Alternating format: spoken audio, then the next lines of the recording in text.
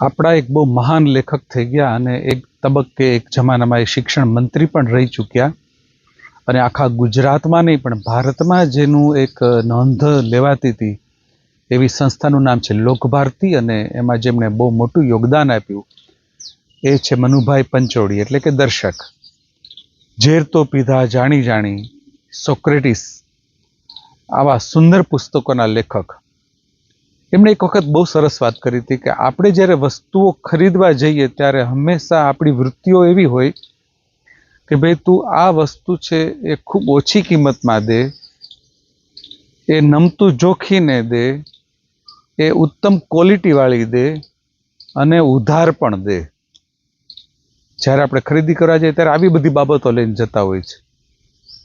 આ વાત હું એટલા રેફરન્સથી આ જોડું છું કે અમે જોતા હોઈએ છીએ કે મા બાપને પણ આજે પોતાનું બાળક છે એ સુંદર પણ જોઈએ છે, એ બહુ બધા વ્યક્તિત્વ વિકાસ પામેલું પણ જોઈએ છે, એ ભણવામાં પણ હોશિયાર જોઈએ છે,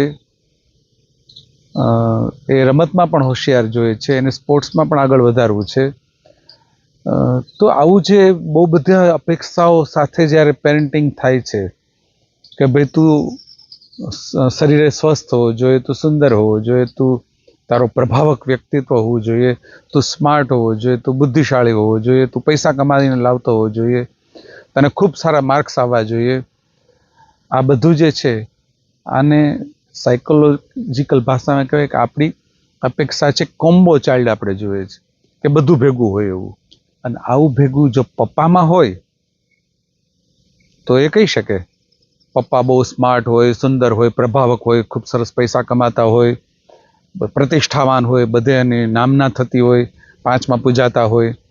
જો આવું થતું હોય તો હજી અપેક્ષા રાખે તો બરાબર, પણ પપ્પાએ પહેલાં પોતાને પૂછવું કે હું આ પ્રશ્ન બાળક માટે કરવાને લાયક છું ખરો? Thank you.